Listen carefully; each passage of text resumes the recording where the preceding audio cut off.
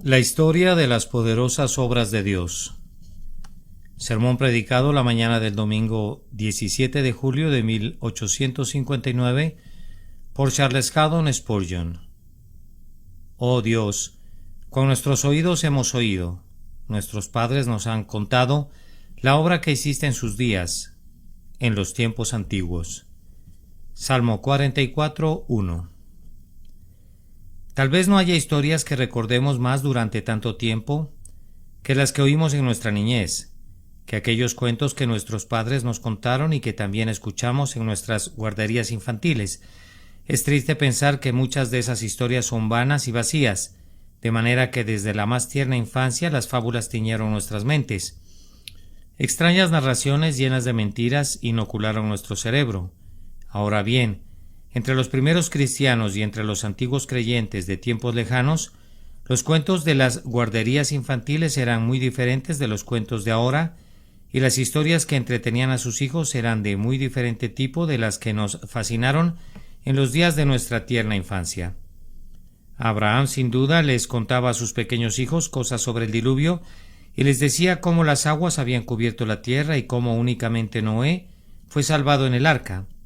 Todos los antiguos israelitas, morando ya en su propia tierra, les contaban a sus hijos historias acerca del Mar Rojo y acerca de las plagas que Dios envió a Egipto cuando sacó a su pueblo de la casa de servidumbre. Se sabe que entre los primeros cristianos, los padres solían contar a sus hijos todo lo relacionado a la vida de Cristo, a los hechos de los apóstoles y otras narraciones semejantes. Más aún, entre nuestros ancestros puritanos esas mismas historias recreaban a la niñez, sentados junto a la chimenea ante aquellos antiguos mosaicos holandeses que mostraban pintorescos dibujos de exquisito primor de la historia de Cristo. Las madres enseñaban a sus hijos que Jesús caminó sobre el agua y que multiplicó los panes, o les hablaban acerca de su maravillosa transfiguración o de la crucifixión de Jesús.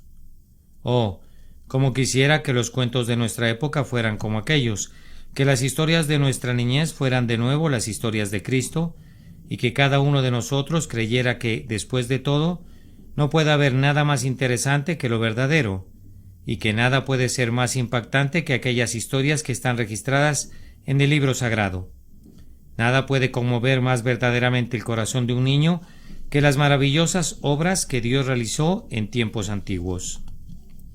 Ahora, pareciera que el salmista que escribió esta oda en extremo musical hubiera escuchado de su padre las historias de las portentosas cosas que Dios había hecho en su día, y posteriormente este dulce cantor en Israel las enseñó a sus hijos, y así una generación tras otra fue conducida a llamar a Dios bendito, al recordar a través de la tradición sus poderosas obras.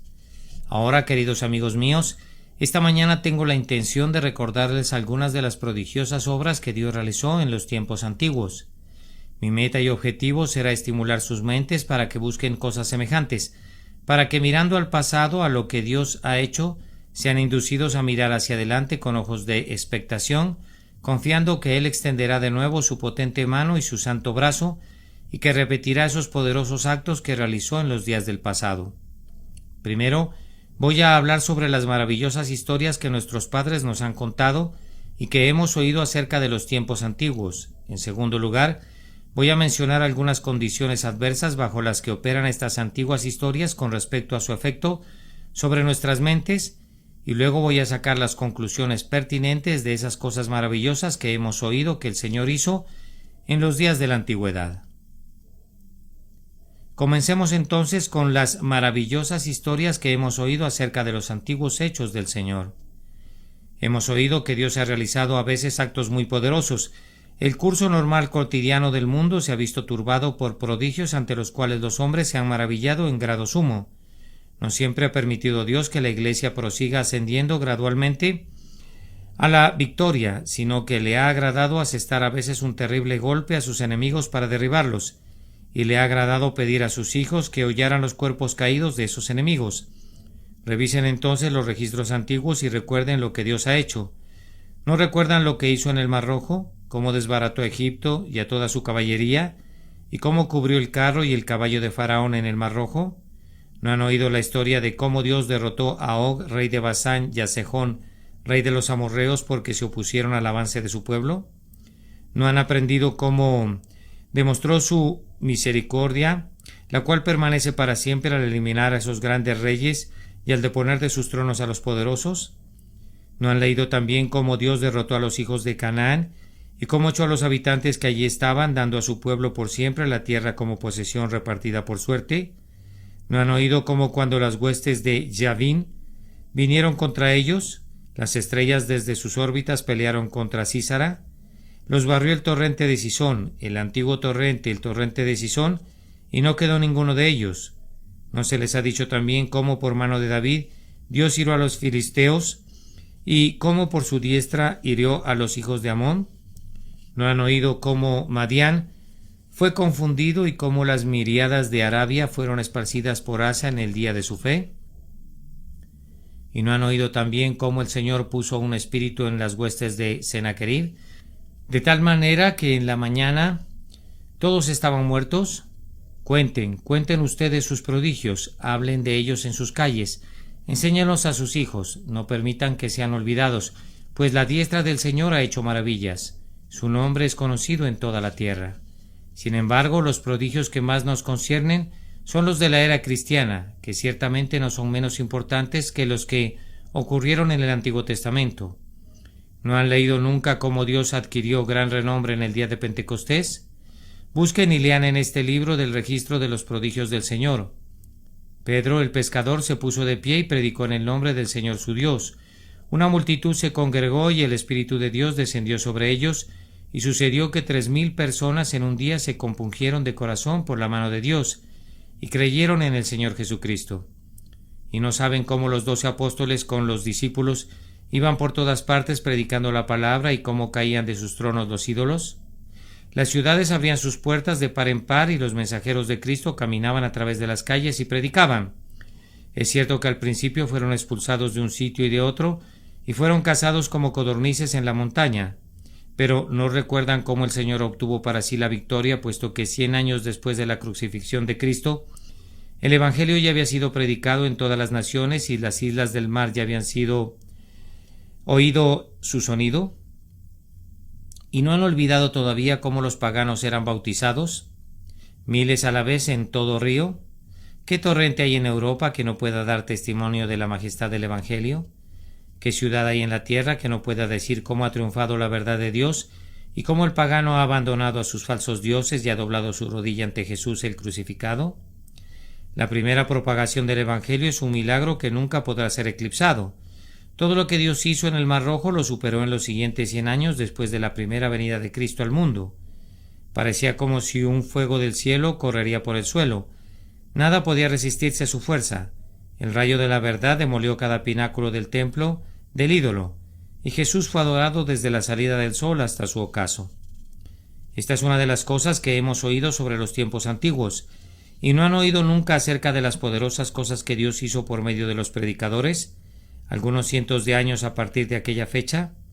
¿No se les ha comentado respecto a Crisóstomo, el de la boca de oro, y cómo siempre que predicaba la iglesia se veía atestada con atentos oyentes, y allí puesto de pie y levantando manos santas predicaba la palabra de Dios en verdad y justicia con una majestad sin paralelo?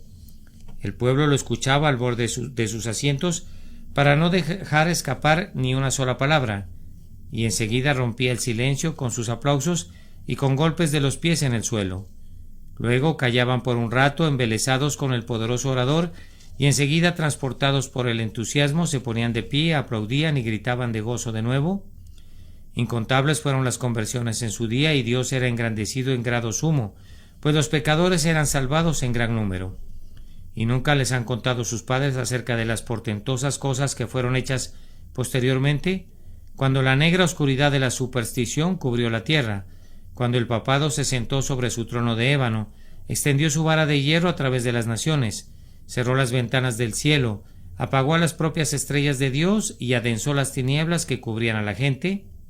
¿Nunca han oído acerca de cómo Martín Lutero se levantó y predicó el Evangelio de la gracia de Dios, y cómo las naciones temblaron, y el mundo oyó la voz de Dios y vivió? ¿No han oído acerca de Zwinglio, entre los suizos, y de Calvino en la santa ciudad de Ginebra, y de las poderosas obras que Dios hizo por medio de ellos? Es más, como británicos han olvidado a los poderosos predicadores de la verdad, han cesado de zumbarle sus oídos con la prodigiosa historia de los predicadores que Wycliffe enviaba a cada mercado y a cada aldea de Inglaterra para predicar el Evangelio de Dios. ¿O no nos narra la historia que aquellos hombres eran como tizones en medio de la paja seca, que su voz era como el rugido de un león y su salida como la acometida de un leoncillo? Su gloria era como el primer nacido de novillo. Empujaron a la nación delante de ellos y en cuanto a los enemigos decían: destruye. Nadie podía enfrentarse a ellos, pues el Señor su Dios los había ceñido con poder. Acercándonos un poco más a nuestros tiempos, ciertamente nuestros padres nos han contado las prodigiosas cosas que Dios hizo en los días de Wesley y de Whitefield. Todas las iglesias estaban dormidas. La falta de religión era la norma del día. Las propias calles parecían rezumar iniquidad y las alcantarillas rebosaban de la maldad del pecado. Se levantaron Whitefield y Wesley, hombres cuyos corazones el Señor había tocado, que tuvieron el arrojo de predicar el Evangelio de la gracia de Dios. Repentinamente, como en un instante, se oyó un sonido como de alas y la iglesia dijo: ¿quiénes son estos que vuelan como nubes y como palomas a sus ventanas? Vienen, vienen, incontables como las aves del cielo, como una ráfaga, como poderosos vientos que no pueden ser resistidos. En unos pocos años, por la predicación de estos dos hombres, Inglaterra fue impregnada con la verdad evangélica. La palabra de Dios fue conocida en cada pueblo y casi no había ninguna aldea en la que los metodistas no hubiesen penetrado, pensando que aquellos eran días de lenta transportación, cuando el cristianismo parecía haber comprado aquellas viejas carretas en las que nuestros padres viajaron una vez, donde el negocio funciona con vapor. Allí, la religión se arrastra con frecuencia con su panza contra el suelo. Nos quedamos sorprendidos ante estas historias y las consideramos como prodigiosas. Con todo debemos creerlas, pues nos llegan como asuntos sustanciales de la historia, y por su gracia Dios hará todavía esas cosas prodigiosas que hizo en los tiempos antiguos, porque ha hecho grandes cosas el poderoso, santo es su nombre. Quisiera llamar su atención a una característica especial de las obras de Dios en los tiempos antiguos, y es que derivan un interés y un asombro crecientes del hecho de que todas ellas fueron cosas repentinas.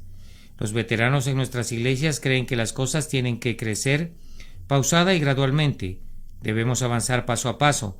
Dicen que la acción continúa y el trabajo progresivo traerá finalmente el éxito. Pero lo maravilloso es que todas las obras de Dios han sido repentinas. Cuando Pedro se puso de pie para predicar, no tuvieron que pasar 6 semanas para que 3,000 personas fueran convertidas. De inmediato fueron convertidas y fueron bautizadas ese mismo día. Se volvieron al Señor en aquella hora. Esos individuos se convirtieron en discípulos de Cristo tan verdaderamente como podrían haberlo sido si su conversión les hubiera tomado 70 años. Así fue en los días de Martín Lutero. No le tomó siglos a Lutero para que irrumpiera en la densa oscuridad de Roma. Dios encendió la vela y la vela ardió y hubo al instante luz. Dios obra de repente. Si alguien hubiera estado en Gutenberg y hubiera preguntado: ¿puede acobardarse el papado? ¿Puede lograrse que tiemble el Vaticano? La respuesta habría sido no. Hacerlo tomaría al menos 1000 años. El papado, la gran serpiente, se ha enroscado de tal manera en torno a las naciones y las ha sujetado tan firmemente con sus anillos que no pueden ser liberadas excepto mediante un largo proceso. Sin embargo, Dios dijo: no es así. Él hirió gravemente al dragón y las naciones fueron liberadas. Él quebrantó las puertas de bronce y desmenuzó los cerrojos de hierro y la gente quedó libre en una hora. La libertad no vino con el transcurrir de los años, sino en un instante. El pueblo que andaba en tinieblas vio gran luz. Para los que moraban en tierra de sombra de muerte, luz resplandeció sobre ellos. Lo mismo ocurrió en los días de Whitefield. La reprensión para una iglesia dormida no fue una obra de mucho tiempo. Se realizó de inmediato. ¿No han oído nunca acerca del gran avivamiento en tiempos de Whitefield? Tomen como ejemplo el de Cambuslang. Él estaba predicando a una gran congregación en el cementerio junto a la iglesia, ya que la multitud no cabía en ningún edificio, y mientras predicaba, el poder de Dios vino sobre los oyentes, y uno tras otro cayeron al suelo como si hubiesen sido heridos, y se estimó que no menos de 3,000 personas lanzaron un grito al unísono bajo una convicción de pecado.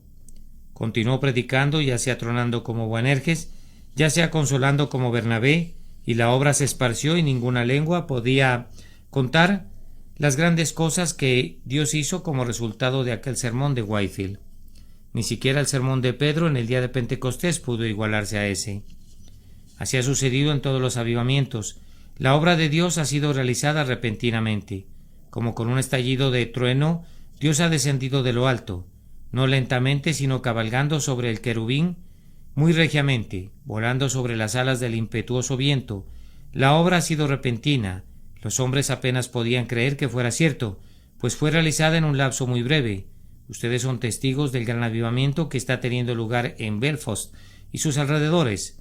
Después de considerar cuidadosamente el asunto y después de ver a un hermano confiable y bien amado que vivía en ese vecindario, y a pesar de lo que pudieran decir los enemigos, estoy convencido de que es una obra genuina de la gracia y de que Dios hace prodigios allí.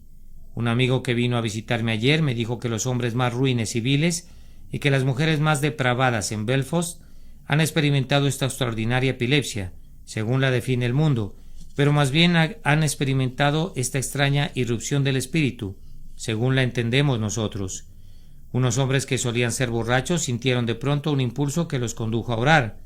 Ellos se resistían, recurrían a sus copas para apagarlo, pero mientras juraban y buscaban apagar al espíritu por medio de su blasfemia, Dios los llevó al fin a ponerse de rodillas y se vieron forzados a clamar, pidiendo misericordia con gritos penetrantes y a agonizar en oración, y luego, después de un tiempo, el maligno fue echado fuera de ellos, y en un estado de ánimo apacible, santo y feliz, hicieron una profesión de su fe en Cristo y han caminado en su temor y amor.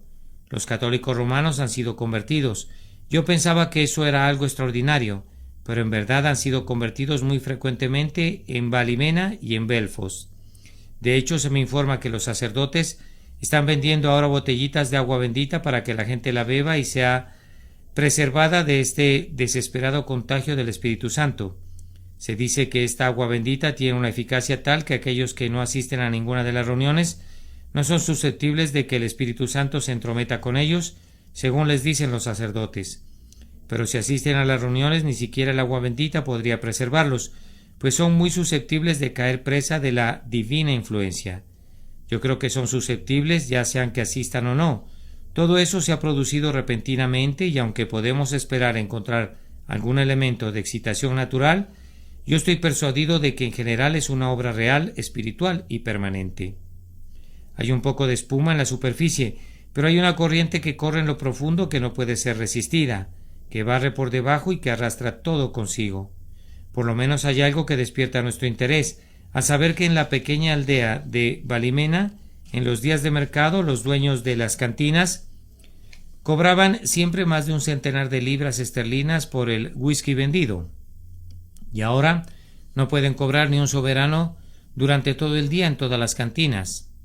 Los hombres que una vez fueron borrachos ahora se reúnen para orar, y hay personas que después de oír un sermón no se van hasta que el ministro predica otro mensaje, y algunas veces hasta un tercero, y al final el ministro se ve obligado a decirles: deben irse, estoy exhausto. Luego se dividen en grupos en sus calles y en sus casas y claman a Dios, pidiéndole que sus poderosas obras se multipliquen y que los pecadores sean convertidos a Él. Bien, dirá alguien, no podemos creerlo, muy probablemente tú no puedas, pero algunos de nosotros sí podemos creerlo, pues lo hemos oído con nuestros oídos y nuestros padres nos han contado las poderosas obras que Dios hizo en sus días, y estamos preparados para creer que Dios puede hacer ahora cosas semejantes. He de observar aquí que hay una característica muy clara en todas estas antiguas historias. Siempre que Dios ha realizado una obra poderosa ha sido por medio de un instrumento muy insignificante. Cuando venció a Goliat fue por medio del pequeño David, que no era más que un rubio muchacho. No hay que guardar la espada de Goliat. Siempre pensé que ese fue un error de David. No hay que guardar la espada de Goliat. Más bien hay que guardar la piedra y hay que atesorar por siempre la honda en la armería de Dios. Cuando Dios resolvió hacer morir a Sísara, fue una mujer la que tuvo que hacerlo con un mazo y una estaca. Dios ha realizado sus obras más poderosas por medio de los instrumentos más insignificantes. Ese es un hecho sumamente cierto respecto a todas las obras de Dios. Pedro el pescador en Pentecostés, Lutero el humilde monje en la Reforma, Whitefield el mozo de la posada, Olved en Gloucester en el tiempo del avivamiento del siglo pasado, y así será hasta el fin. Dios no obra con los caballos o con el carro de Faraón, sino con la vara de Moisés. Él no realiza sus prodigios con el torbellino y la tormenta, Lo realiza a través del silbo apacible y delicado para que toda la gloria y todo el honor sean suyos. ¿Acaso no es esto una fuente de aliento para ustedes y para mí? ¿Por qué no podríamos ser utilizados para hacer aquí algunas obras poderosas para Dios? Además, hemos notado en todas estas historias de las poderosas obras en los tiempos antiguos que dondequiera que Él ha hecho algo grande ha sido por medio de alguien que ha tenido una fe muy grande. Yo creo verdaderamente en este momento que si Dios así lo quisiera, cada alma en este salón sería convertida ahora. Si Dios decidiera poner de manifiesto las operaciones de su poderoso espíritu, ni el más obstinado corazón sería capaz de oponerse. De quien quiere tiene misericordia. Él hace lo que place. Nadie puede detener su mano. Bien, dirá alguien, pero yo no espero ver grandes cosas. Entonces, querido amigo mío, no sufrirás ninguna decepción. Pues no las verás, pero quienes las esperan, las verán.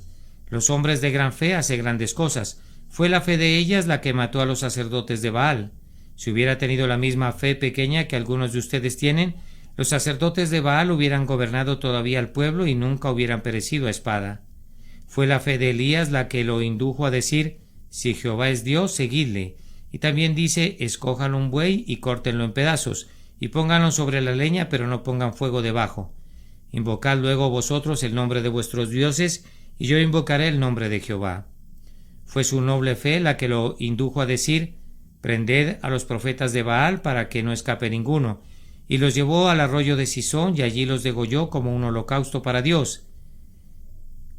El nombre de Dios fue muy engrandecido porque la fe en Dios de Elías era muy poderosa y heroica. Cuando el Papa envió su bula a Lutero, Lutero la quemó. Puesto en pie en medio de la multitud con el flamante documento en su mano, dijo: vean esto, es la bula papal. ¿Qué le importaba a él que todos los papas estuvieran dentro o fuera del infierno? Y cuando fue a Worms para comparecer en la gran dieta, sus seguidores le dijeron: corres peligro, no vayas. No, respondió Lutero, aunque hubiera tantos demonios en Worms como el número de tejas que hay sobre los techos de las casas, no temería, yo iré. Y fue a Worms confiando en el Señor su Dios. Lo mismo sucedió con Whitefield.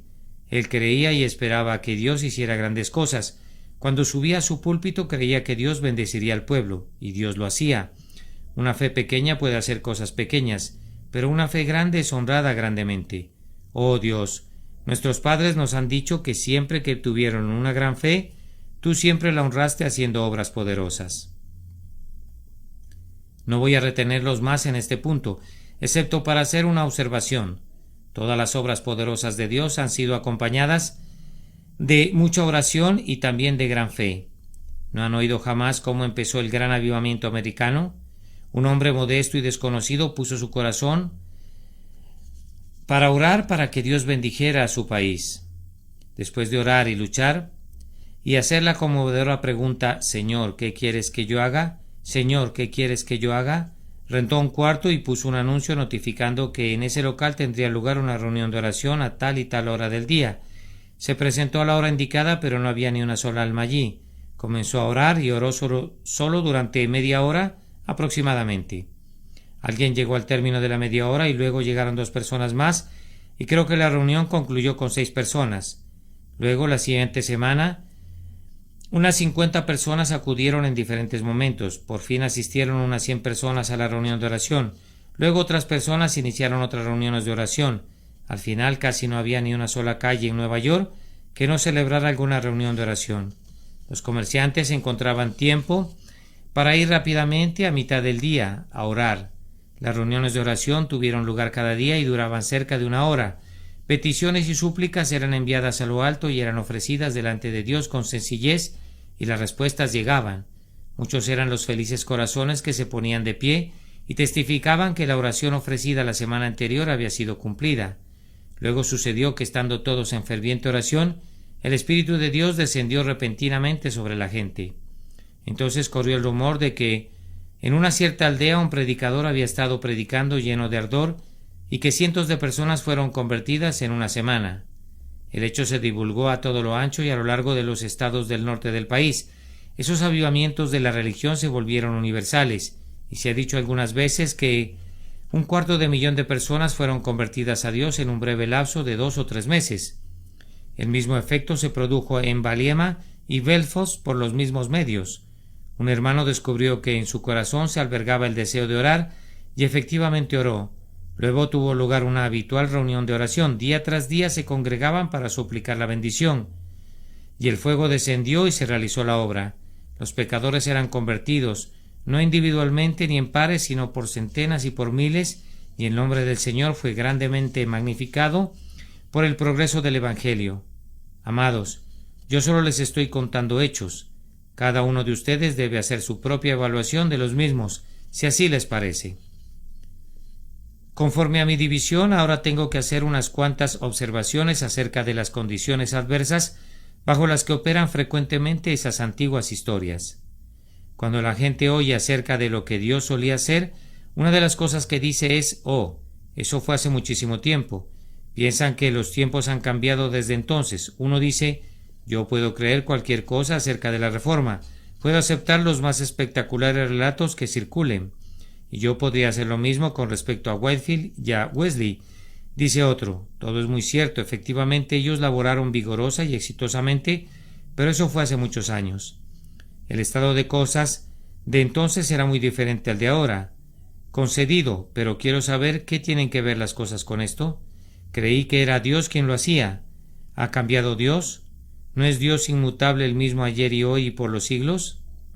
¿No proporciona eso un argumento para demostrar que lo que Dios hizo una vez puede hacerlo de nuevo? Es más, creo que puedo ir más lejos y decir que lo que Él hizo una vez es una profecía de lo que se propone hacer de nuevo, que todas las poderosas obras que fueron realizadas en tiempos antiguos se repetirán otra vez y que el cántico del Señor se cantará de nuevo en Sión, y Él será de nuevo grandemente glorificado. Otros dirán: «Oh, bien, yo considero que estas cosas son grandes prodigios, que son milagros. No debemos esperarlos todos los días». Esa es precisamente la razón por la que no los obtenemos. Si hubiéramos aprendido a esperarlos, sin duda los obtendríamos, pero desafortunadamente los ponemos en un estante, como cosas fuera del orden común de nuestra moderada religión, como meras curiosidades de la historia de la Escritura, sin importar cuán ciertas sean. Imaginamos que tales cosas son unos prodigios de la providencia. No podemos imaginar que sean acordes con el ordinario accionar de su gran poder. Yo les suplico, amigos míos, que repudien esa idea, que la expulsen de sus mentes. Todo lo que Dios ha hecho para convertir a los pecadores debe ser considerado como un precedente, pues he aquí que no se ha acortado la mano de Jehová para salvar, ni se ha agravado su oído para oír. Si estamos estrechos del todo, somos estrechos en nuestro propio corazón. Nosotros mismos tenemos que asumir la responsabilidad y con denuedo debemos buscar que Dios plante en nosotros la fe de los hombres de la antigüedad para que gocemos ricamente de su gracia como en los días de la antigüedad. Sin embargo, hay otra condición adversa bajo la que operan estas viejas historias. El hecho es que nosotros no las hemos visto. Vamos, yo podría hablarles perennemente de avivamientos, pero ustedes no creerían ni tan integralmente ni tan verdaderamente en ellos como si un avivamiento tuviera lugar en su medio. Si lo vieran con sus propios ojos, entonces verían su poder. Si hubieran vivido en los días de Whitefield o hubieran oído predicar a Winsgland, creerían cualquier cosa. Winsgland predicaba hasta 24 veces a la semana, predicaba muchas veces en el transcurso de un bochornoso día, transportándose de un lugar a otro en su caballo. Ese hombre en verdad predicaba, parecía como si el cielo descendiera a la tierra para escucharlo. Hablaba con un denuedo real, con todo el fuego del celo que pudiera arder en un pecho mortal, y la gente temblaba mientras lo escuchaba y decía: «Ciertamente esta es la voz de Dios». Lo mismo sucedía con Whitefield. La gente se mecía de un lado a otro mientras él hablaba, tal como el campo sembrado se mece con el viento.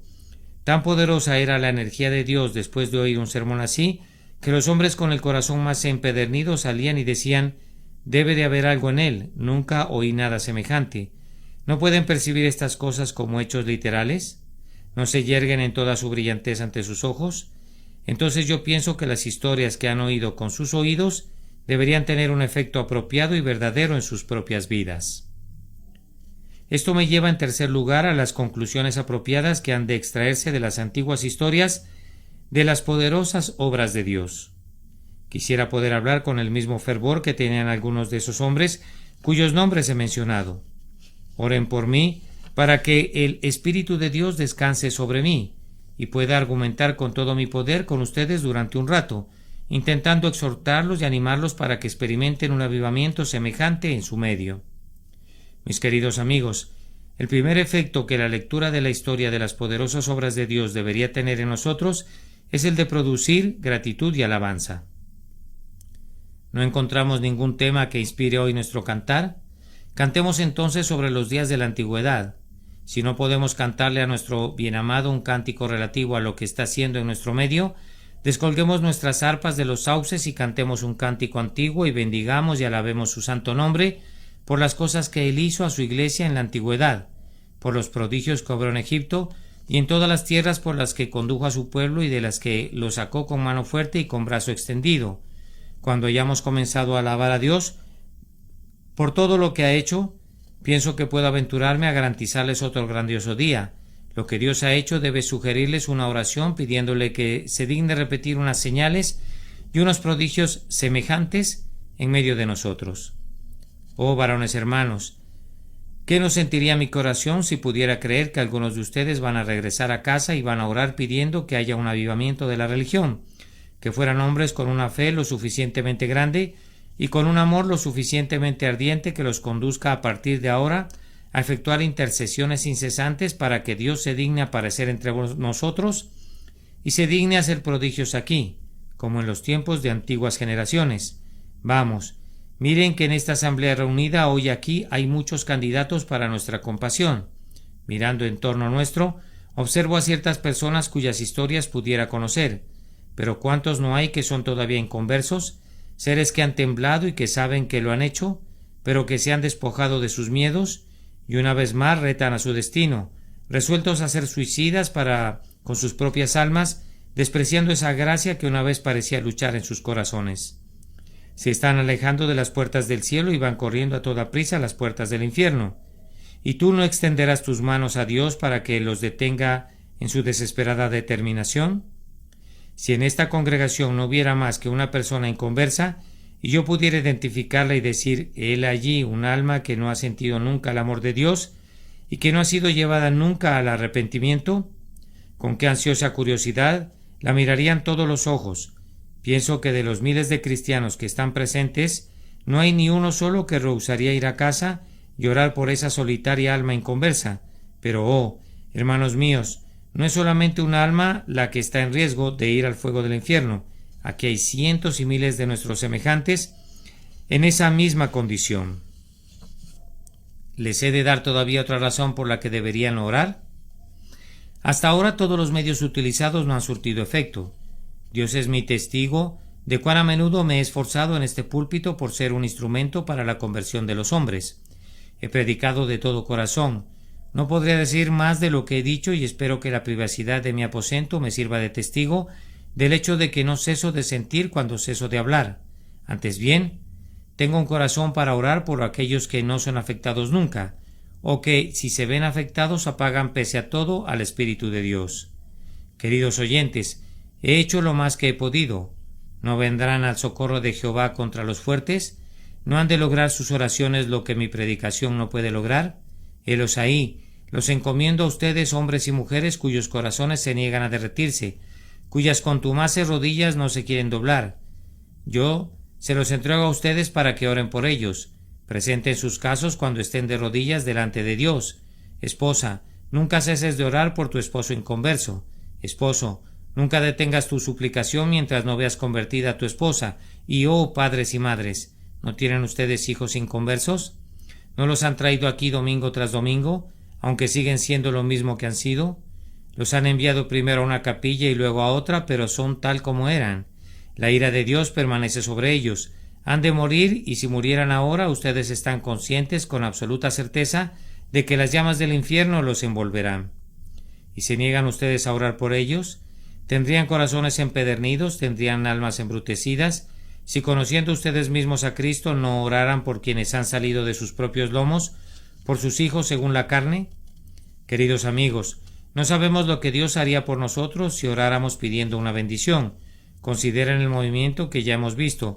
Nos consta que en Exeter Hall, en la Catedral de San Pablo y en la Abadía de Westminster, la gente se ha apretujado hasta en las puertas, pero no hemos visto ningún efecto de todas esas poderosas reuniones todavía. ¿No será que hemos intentado predicar sin haber intentado orar? ¿No es probable que la Iglesia haya estado extendiendo su mano que predica, pero no su mano que suplica? Oh, queridos amigos, si agonizamos en oración, sucederá que este music hall será testigo de los suspiros y los gemidos de los penitentes y de los cánticos de los convertidos. Sucederá que esta gran muchedumbre no vendrá y se irá como lo hace ahora, sin ser nada mejor. Por el contrario, los hombres saldrán de este salón alabando a Dios y diciendo: fue bueno haber estado allí. No fue otra cosa que la casa de Dios y la propia puerta del cielo. Con esto debe bastar para estimularlos a la oración. Otra conclusión que podemos sacar es que todas las historias que hemos oído deberían corregir cualquier autodependencia que pudiera haber entrado furtivamente en nuestros traicioneros corazones. Tal vez como congregación hayamos comenzado a depender de nuestros números y de otras cosas. Es posible que hayamos pensado: seguramente Dios nos bendecirá por medio del ministerio. Ahora bien, las historias que nuestros padres nos han contado deberían recordarnos a todos que Dios salva, no por muchos ni por unos cuantos, que no está en nosotros hacer esto, sino que Dios tiene que hacerlo todo. Pudiera ser que algún predicador ignorado, cuyo nombre ha sido desconocido hasta ahora, algún oscuro residente de St. Giles, se dé a la tarea en esta ciudad de Londres de predicar al Señor con un mayor poder del que los obispos o ministros hayan conocido antes. Yo le doy la bienvenida. Dios sea con él sin importar de dónde venga, que Dios le ayude y que sea realizada la obra. Sin embargo, tal vez Dios tenga la intención de bendecir al instrumento usado en este lugar para tu bien y para tu conversión. Si es así, soy 3 veces feliz al pensar que ese podría ser el caso. Pero no dependan en absoluto del instrumento. No, cuando los hombres más se reían y más se burlaban de nosotros, más nos bendecía Dios. Ahora ya no es algo deshonroso asistir al music hall. No somos tan despreciados como lo fuimos antes, pero me pregunto si tenemos una bendición tan grande como la que una vez tuvimos. ¿Estaríamos dispuestos a soportar otra vergüenza en la picota, a experimentar otra dura experiencia siendo atacados por todos los periódicos y al oír las rechifladas y los maltratos de todos los hombres, si así le agradara a Dios, con tal de que Él nos dé una bendición, que nos haga desechar cualquier idea de que nuestro propio arco y nuestra propia espada obtendrán la victoria para nosotros? Nunca veremos un avivamiento aquí a menos que creamos que es el Señor y solo el Señor quien puede hacerlo. Habiendo dicho esto, voy a esforzarme para estimularlos con la confianza de que el resultado que he imaginado puede ser obtenido y que las historias que hemos oído sobre los tiempos antiguos pueden hacerse realidad en nuestros días. ¿Por qué no podría ser convertido cada uno de mis oyentes? ¿Hay alguna limitación en el Espíritu de Dios? ¿Por qué el ministro más débil no se podría convertir en un instrumento de salvación para miles de personas? ¿Se ha acortado el brazo de Dios? Hermanos míos, cuando les pido que oren a Dios suplicándole que haga del ministerio algo vivo y poderoso, como una espada de 2 filos para salvación de los pecadores, no les estoy imponiendo una tarea ardua, ni mucho menos imposible. Solo tenemos que pedirlo para obtenerlo. Antes de que llamemos, Dios responderá y mientras estamos hablando, todavía Él oirá. Solo Dios sabe qué puede resultar del sermón de esta mañana, si Él decide bendecirlo. A partir de este momento pueden orar más y desde este momento Dios puede bendecir más el ministerio. A partir de esta hora otros púlpitos se pueden llenar de más vida y vigor que antes. Desde este mismísimo momento la palabra de Dios puede fluir y correr, y arremeter y alcanzar para sí una sorprendente e ilimitada victoria. Solo luchen en oración, reúnanse en sus casas, vayan a sus aposentos privados. Sean denodados e insten a tiempo y fuera de tiempo, agonicen por las almas y todo lo que han oído será olvidado por todo lo que verán, y todo lo que otras personas les han dicho será como nada comparado con lo que oirán con sus oídos y lo que verán con sus ojos en medio de ustedes. Oh, ustedes para quienes todo esto es un cuento ocioso, que no aman a Dios ni le sirven tampoco. Yo les suplico que hagan un alto y piensen por un momento. Oh Espíritu de Dios, bendice a tu siervo mientras expresa algunas frases y haz que sean poderosas. Dios ha contenido con algunos de ustedes. Han tenido sus tiempos de convicción. Tal vez ahora estén tratando de ser infieles. Están intentando decir ahora no hay infierno, no hay un más allá. Eso no funcionará. Ustedes saben que hay un infierno. y ni toda la risa de quienes buscan arruinar a sus almas podría hacerlos creer que no lo hay. Algunas veces intentan pensar que no lo hay, pero ustedes saben que Dios es veraz. Yo no discuto con ustedes ahora. La conciencia les dice que Dios los castigará por el pecado. Pueden estar seguros de que no encontrarán ninguna felicidad tratando de ahogar al Espíritu de Dios. Apagar los pensamientos que los conducirían a Cristo no es la senda a la bienaventuranza. Yo les suplico que no detengan el brazo de Dios. No sigan resistiendo a su Espíritu. Doblen la rodilla y aférrense a Cristo y crean en Él. Todavía sucederá lo mismo. Dios, el Espíritu Santo, los salvará. Yo confío verdaderamente que en respuesta a las muchas oraciones, Él tiene todavía la intención de salvarlos. Cedan ahora, pero recuerden que si tienen éxito en apagar al Espíritu, su éxito será el desastre más terrible que jamás pudiera ocurrirles. Pues si el Espíritu los abandonara, estarían perdidos. Pudiera ser que esta fuera la última advertencia que reciban. La convicción que ahora están tratando de aplacar y de ahogar pudiera ser la última que tendrán jamás. Y el ángel que sostiene el sello negro y la cera puede andar rondando para sellar su destino y decir: déjenlo solo. Él elige la borrachera, elige la lujuria, que disfrute de esas cosas y que coseche la paga en los fuegos eternos del infierno. Pecadores, crean en el Señor Jesús, arrepiéntanse y conviértanse en cada uno de ustedes. Me atrevo a decir lo que Pedro dijo: rompiendo todos los lazos de todo tipo que pudieran cerrar mis labios, yo los exhorto en el nombre de Dios a que se arrepientan y escapen de la condenación. En unos cuantos meses o años sabrán lo que significa la condenación a menos que se arrepientan. Vuelven a Cristo. Mientras la lámpara esté viva y arda, y mientras la misericordia sea predicada todavía para ustedes, la gracia es presentada todavía. Acepten a Cristo, no le resistan más, acudan a Él ahora. Las puertas de la misericordia están abiertas de par en par. Hoy. Ven ahora, pobre pecador, para que tus pecados te sean perdonados. Cuando los antiguos romanos atacaban una ciudad, era su costumbre izar en la puerta una bandera blanca, y si la guarnición militar se rendía mientras la bandera blanca ondeaba ahí, salvaban sus vidas. Una vez que se izaba la bandera negra, todo hombre era pasado por espada. La bandera blanca está izada hoy. Tal vez mañana la bandera negra será elevada sobre el poste de la ley, y entonces no hay arrepentimiento o salvación ni en este mundo ni en el venidero. Un antiguo conquistador oriental, cuando llegaba a una ciudad, solía encender un brasero de carbones y alzándolo sobre un palo proclamaba al sonido de la trompeta que si se rendían mientras el fuego estuviera vivo y ardiera, tendrían misericordia de ellos, pero cuando los carbones se apagaran, él invadiría la ciudad. Derribaría cada una de sus piedras, las sembraría de sal y mataría sangrientamente a los hombres, las mujeres y los niños. Hoy, los truenos de Dios los invitan a recibir una advertencia parecida. Allí está su luz, la lámpara y el brasero de carbones ardientes. Año tras año el fuego se va apagando, pero queda el carbón. Aún ahora el viento de la muerte está tratando de apagar el último carbón que sobrevive. Oh pecador, vuélvete mientras la lámpara continúa ardiendo. Arrepiéntete ahora, pues cuando el último carbón esté apagado, tu arrepentimiento no te servirá de nada. Tus gritos perennes en el tormento no podrán conmover al corazón de Dios. Tus gemidos y tus lágrimas salobres no podrán moverle a tener piedad de ti. Si oyeres hoy su voz, no endurezcáis vuestros corazones como en la provocación.